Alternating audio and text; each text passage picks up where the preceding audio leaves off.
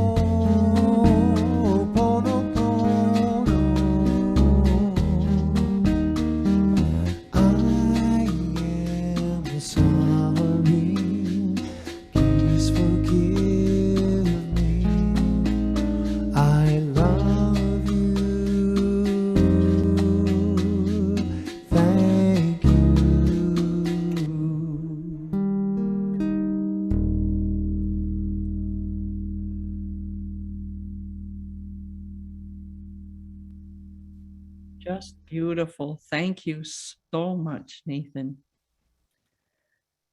Well, our speaker today Eric Hellman hardly needs an introduction, but we all know that he is a change coach and communications consultant, and his passion is sharing his vision of what is spiritually possible while connecting it to our human challenges and what we can do practically to create results in our own lives and for those around us. But Eric also loves cats, has a passion for ice cream, and once chewed so much bubblegum in a baseball game that he had to see a doctor the next day because of a sore jaw. Well, we're going to have him speaking to us, and hopefully he won't have a sore jaw after today, because we're anxious to hear what he has to say. Take it away, Eric.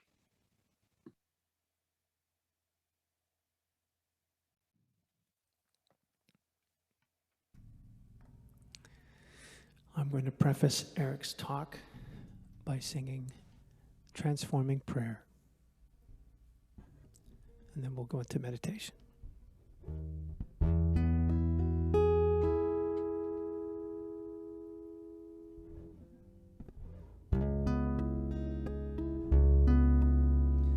I gently release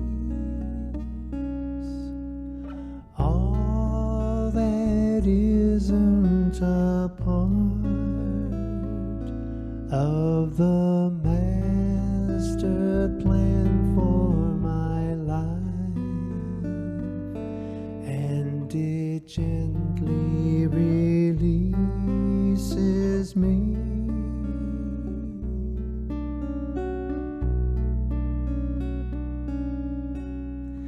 I gladly attract all that is a part of the master plan for my life, and it gladly attracts me.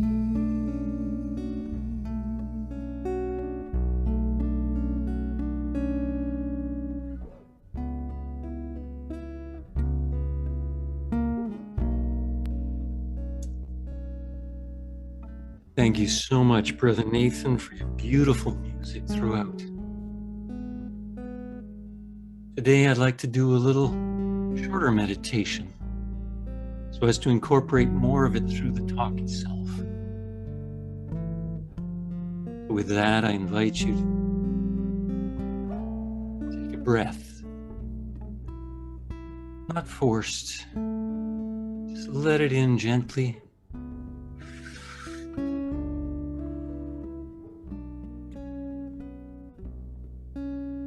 As you do so, just feel your being and your body begin to unwind.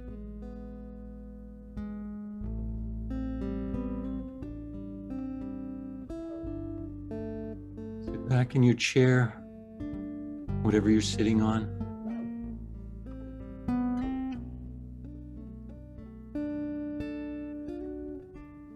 And feel that letting go happen in your head and your shoulders.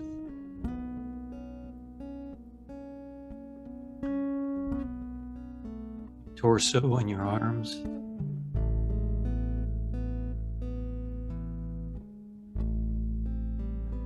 Feet and your legs and your feet.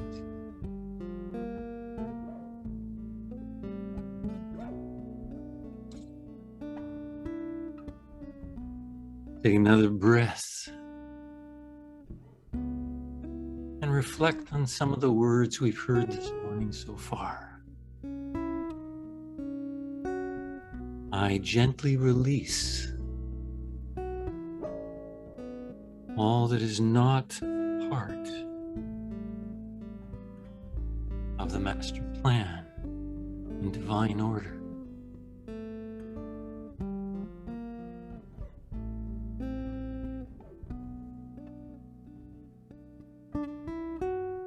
or replace old habits with new understanding.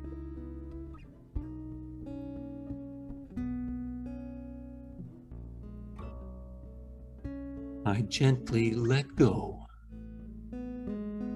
so I can grow.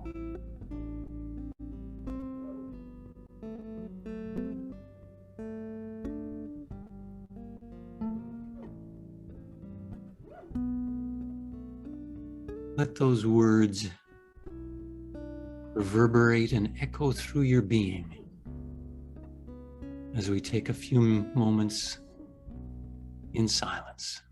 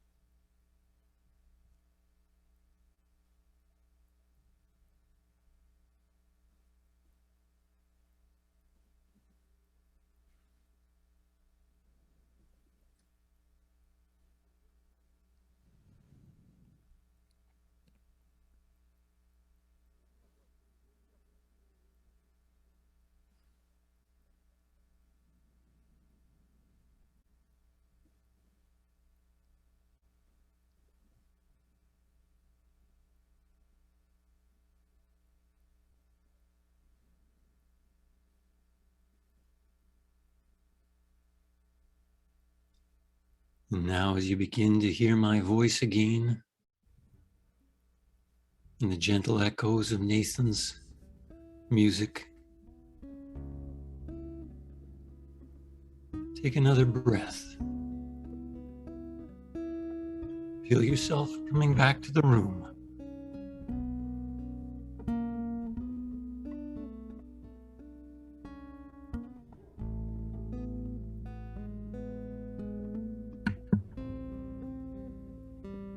Feel your eyes fluttering and letting in the light. Move your arms, your body, or your hands, your feet. Begin to get grounded again on whatever you're sitting on.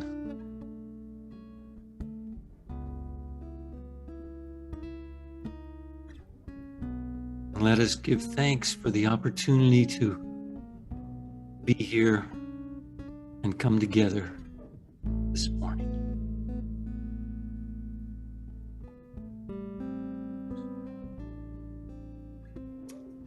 Come on back from wherever you've been in the universe into the present moment, the present room, and to this service.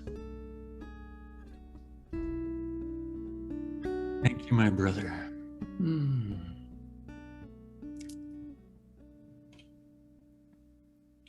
My Sufi clap for your music.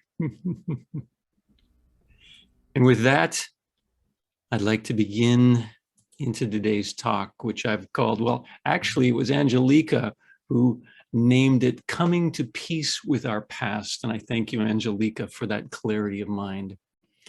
So what I'd like to do as an extension of that meditation, but being present and seeing what's on the screen if you can, and if you're listening on the phone, listening consciously, instead of just listening to this talk, I'd like to invite you to use your active imagination, another one of the 12 powers, while I'm speaking. So I'd like you to begin with this slide. Begin to think about what you would like to come to peace with in your past. And as you do so, take a breath. And just keep remembering to breathe as you let the thoughts begin to unfurl or come to the surface during the next few slides. This month, as you've heard, the next of our 12 powers is called release. So what I'd like you to do is to begin to imagine the things from your past and begin to let them go, just as if you could see this screen, you'd see the word release rise up into the clouds. Feel those things from your past beginning to float away into the air, leaving you free.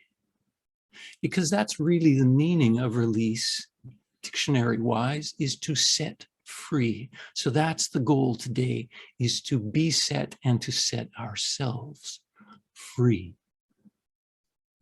So what might happen in your life if that were true? Imagine a heart in your hand, and as that heart rose and was let go free, what would you be in your life if you could be set free that way? Or imagine this dove in the palm of your hand, and imagine it being your spirit or your soul about to take flight. What would it be like if your life could take flight that way by letting go of the past? Imagine it. Feel it somewhere in your body, maybe in your belly. Now, maybe just the word you is what you need to consider. What part of you would simply be released to be able to soar, to do the work you love, to love again in a different way than you have, to be free and whole in your life? Would it be possible that releasing something from the past might allow you to do that? Just a question to consider through today's service. So as I offer those thoughts now, release them as I invite you once more to just relax and breathe.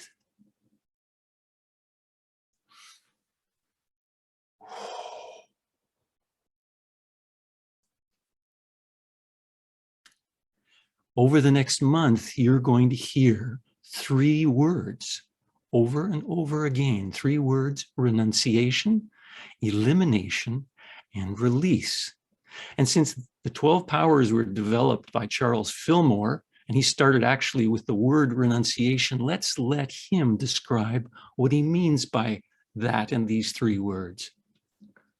In the revealing word, he writes this about renunciation: it is a letting go of old thoughts in order that new thoughts may find place in our consciousness. Letting go of the old so that the new may take place. The center of renunciation, sometimes called elimination, is in the lower part of the abdomen, which helps us to eliminate error thoughts from the mind and waste from the body. So as above, so below. Think of the need for your body to eliminate wastes, how important that is to your health and well-being. And the equivalent on the mental, emotional level is to release error thoughts so that we can be released as well. This year, Unity has chosen the word release to simplify the idea of renunciation and elimination, but it's all part of the same thing. So here's my question to you. What do we have to release in our lives? And I've used this picture of a Sherlock Holmes type figure because as we go through this, I'd like you to think of the clues that you've heard in today's service and that you'll hear throughout the month about what it is we have to release. Some of them you may already picked up on, but let's turn back to Charles for some more ideas. In the Daily Word, March 23rd, 1962, Charles was quoted as saying this: all healing is based on mental cleansing. When the mind is free from error thoughts, harmony, or I've added the word healing, ensues. When the mind is free from error thoughts, harmony and healing are our experience. So here and before this, Charles has given us a clue. We are holding on to what he calls error thoughts, thoughts which block the natural flow of life, our innate powers, our whole healthy and true self. What would it be like to let those go? Begin to think about what it might mean for you. So what kinds of thoughts are error thoughts? Well, I like to get very specific and practical so that we can relate it to our daily lives. So here are some of the things that come to me. Words like conflict, anger, fear, limited beliefs, loss, feelings of helplessness or powerlessness, or lack of safety. Those are some of the things that we experience in our lives. And these error thoughts, an error thought is any thought that does not reflect love, joy, peace, or the truth of who and what you and we are. Pretty broad, isn't it? Well, do you ever have any of those thoughts? Well, if you're human, you probably do, or you have to, because that's part of our humanity. We all have those thoughts, and that's the crazy Michigana part of our minds as human beings. Michigan is a technical term. If you know it, it comes from Yiddish. It means a little bit crazy. So let's move on from there. The next clue I'd like you to think about is, where do error thoughts come from? So this is taking a little deeper into, so where do I get those thoughts from? Are they just a natural part of myself? No, not according to unity and other spiritual paths like that. Those are not part of our natural self. They're our conditioned human self. These thoughts, in my reflections, my study, come from negative past experiences. We end up holding on to the people and places and things and beliefs where we had those experiences. We not only hold to those, but we associate them with the thoughts and feelings of those experiences. And it happens to all of us. Let me share some examples from my own life. When I was a child, before the age of 5, I lived in a household which I didn't feel I was very safe in. My father tended to have emotional outbursts. He didn't know how to deal with his anger or his emotions and tended to put it out on the family. Well, because of that, I found a neighbor across the street who was my safe place. I have vivid memories of sitting in his lap as we would go around on his tractor lawnmower cutting his grass. And I just felt safe. He was like a second father to me. Well, when I was 5, our family moved from that neighborhood to a city many thousands of miles away. And I was left bereft. I had an experience of deep loss, a lack of safety because I no longer had my safe place person.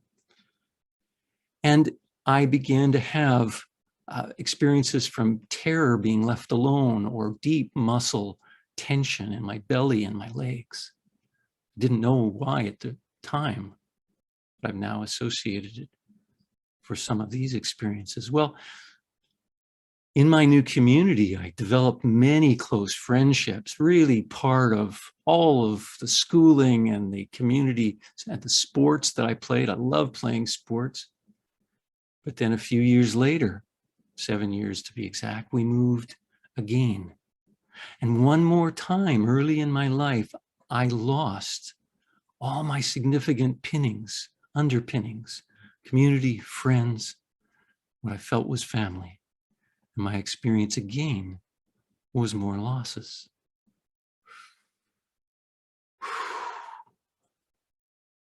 Well, in the next 3 years, we moved twice more. Every time I got close to friends, male or female, community, friendships of people in sports and other things, I felt bereft. And for many years, I now realize I tried to go back to the places I used to live, to the cities and communities where I used to be, but searching for a feeling of home. But it wasn't until 40 years later that I came to realize that this had established kind of a pattern of loss throughout my life, which needed healing.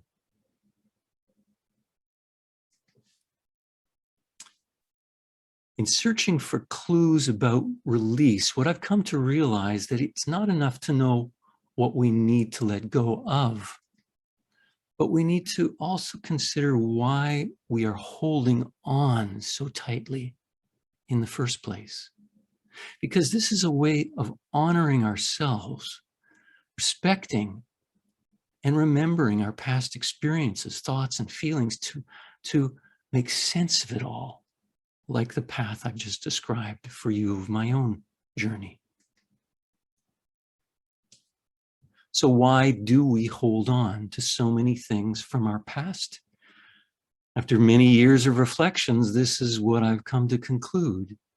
It's to protect ourselves. And that may sound a little bit strange. We're often told, just let go, just let go. Well, we've held on for a reason, and that reason is quite profound, because in our lives, we've needed to take care of and protect ourselves. And we protect ourselves in different ways. We try to keep ourselves safe by holding on to those things that were safe or precious. We try to keep from losing what we had. Even if we've left it, we still don't want to lose it within us. And we also try to stop the thoughts and feelings from those experiences from hurting us yet again.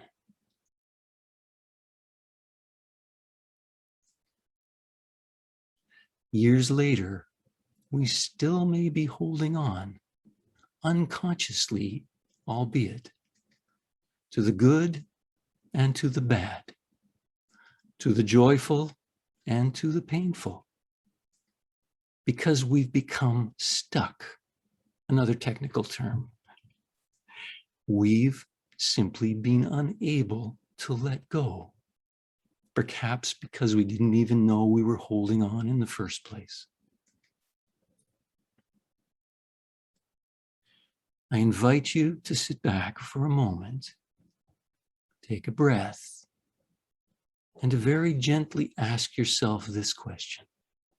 So what am I holding on to from my past? Is it perhaps people and places that were precious to you? Was it beautiful moments or things or people you loved?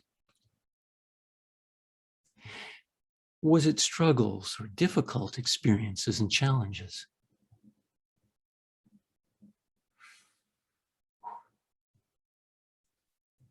Was it losses, regrets, or angers, or fears?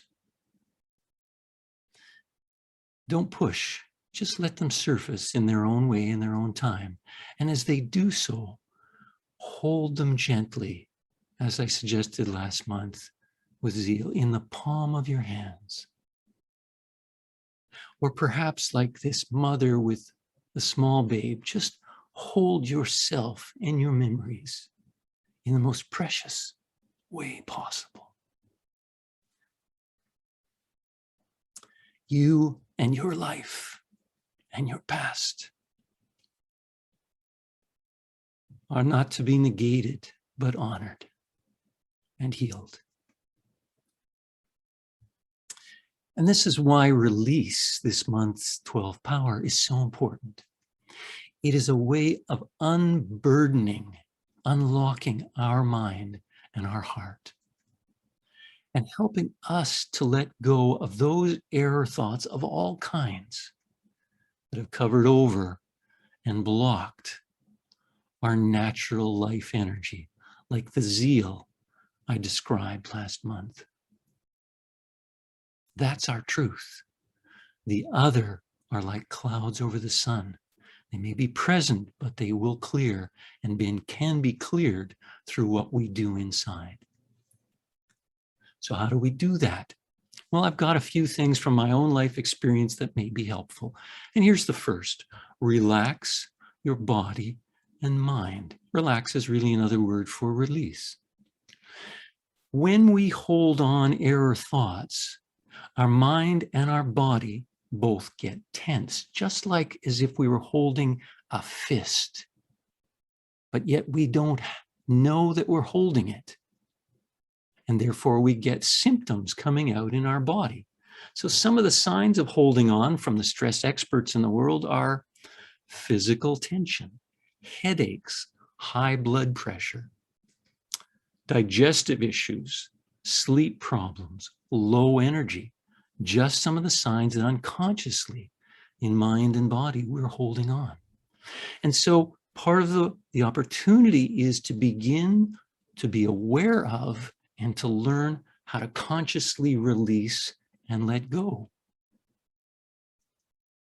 How we do that came into my life in 1984 by getting to know this man, Canada's pioneer in stress management and relaxation, who's now a good friend by the name of Eli Bay. If you'd like to know more about how to do this, he has a whole library of exercises, muscle tensing and relaxing, breathing, visualizations, all sorts of things at this web address, innercalmonline, all one word, .com. Please go there. He is a master at what he does and a beloved friend as well. The second way to begin to let go and release is to talk to yourself. Now, it's not quite like our friend Crazy Jack, who says, yeah, I totally agree with that, man. It's a little different from that kind of talking to ourselves. It's talking to ourselves through a journal. So I invite you to get a piece of paper and let out all the things you've stored up inside. Just put down anything you want, because it's a way of beginning to release the things we haven't been able to see, be aware of, or acknowledge to ourselves and others. Now, there's a particular way that you might find useful, which I use almost every day. Draw a line down the center of a page and begin to write down what you are thinking and feeling. It can be anything. You might say, I am in pain.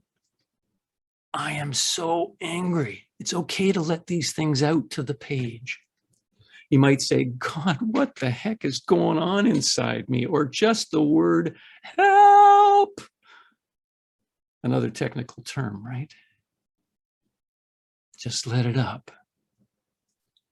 And then on the other side of the page, write your mind's response, because you'll have many voices inside. As you say one thing, something other than that will come up.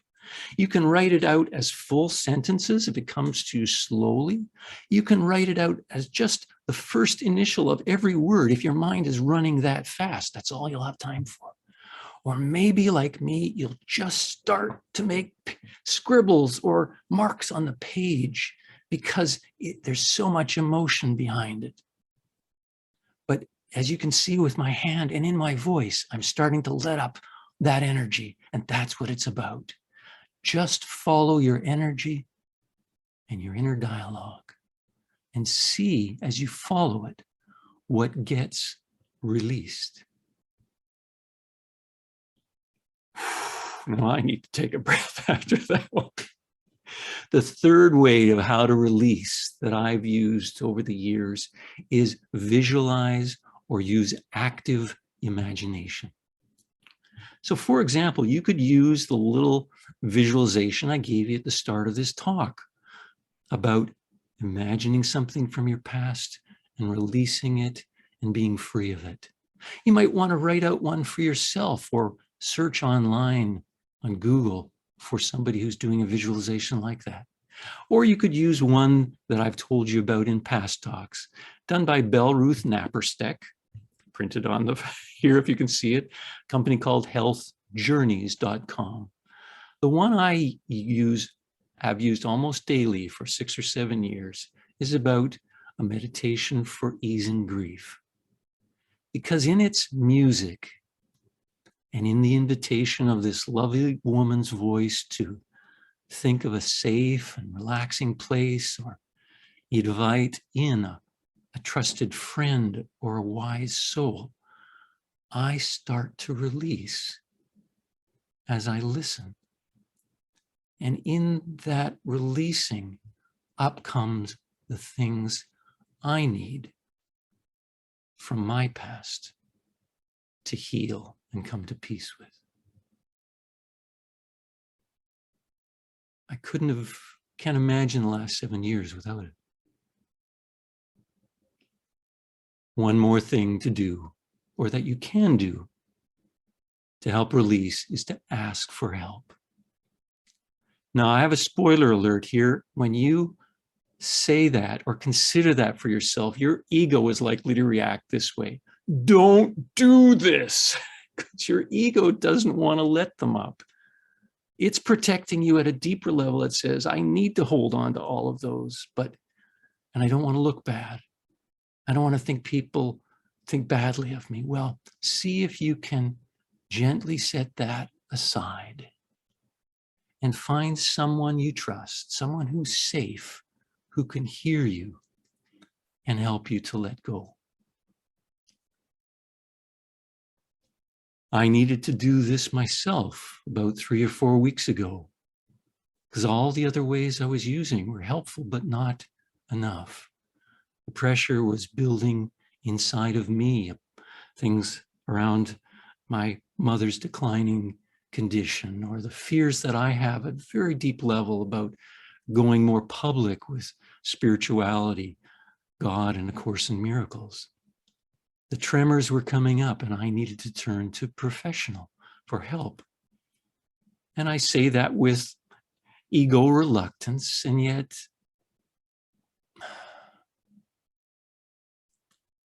kind of an admission of I'm human too, in case you've forgotten, or I do, or I try to suppress that.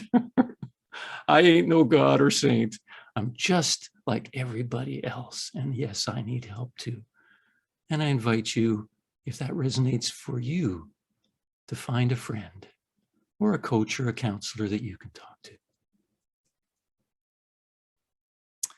Whichever one of those you choose, remember also to use affirmations like the one for today. I release anything and everything that no longer serves my unfolding good. This thought will help you to open your mind. And as you do so, I invite you to invite the Holy Spirit or your higher self, or whatever you call that larger part of you, to help you to release your old thoughts with new ones. You see, what I've learned over the years is that release doesn't come from pushing or forcing ourselves to let go. It's in fact antithetical to release, because release is about having willingness. It's about having a deep desire to be at peace with our past, so that we can be free to be who we truly are. And with that, I invite you to imagine a precious butterfly in your hand, beginning to take flight in your life. With that, I invite you to take a moment to sit back. Let go of everything I said. I know there's a lot there. Just let it all go. Take a breath and ask for that freedom and release inside, as I offer you these 2 prayers, one for yourself and one for the world.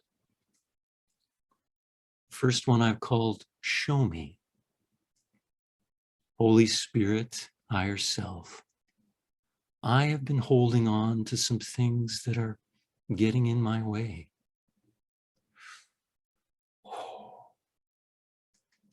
Help me, teach me, show me, please, how to let go so that I may be happy and feel connected and content in you.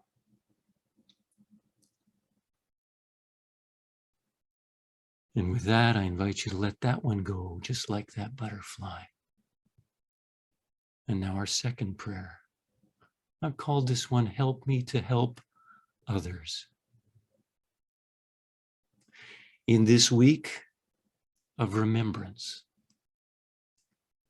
help me to release my brothers and sisters from the past,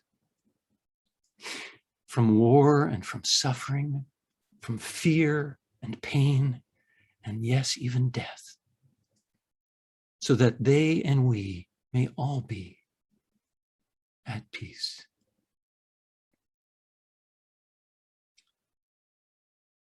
Hold these in your heart or the palm of your hand. Begin to offer them up as you release them to your higher self. And with that, I turn it over to my blessed brother, Nathan, to sing I Release.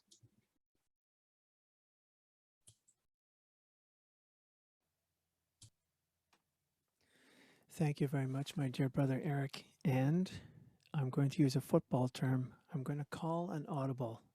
I was going to perform my release, but I don't think that I release is the right energy for where we're at, for where you've taken us in your talk. So I'm going to replace that with a chant of mine called Surrender.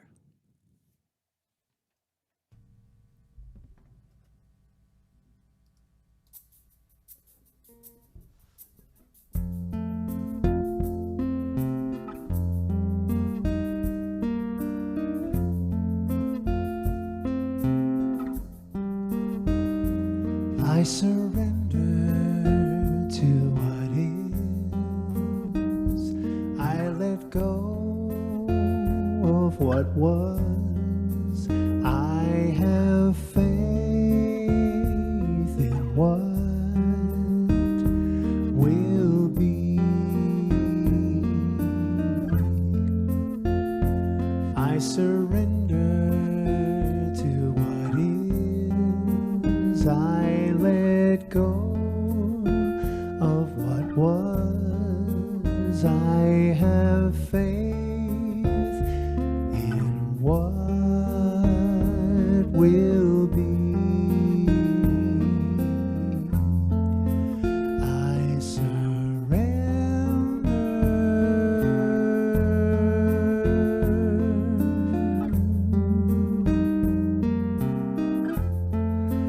I surrender.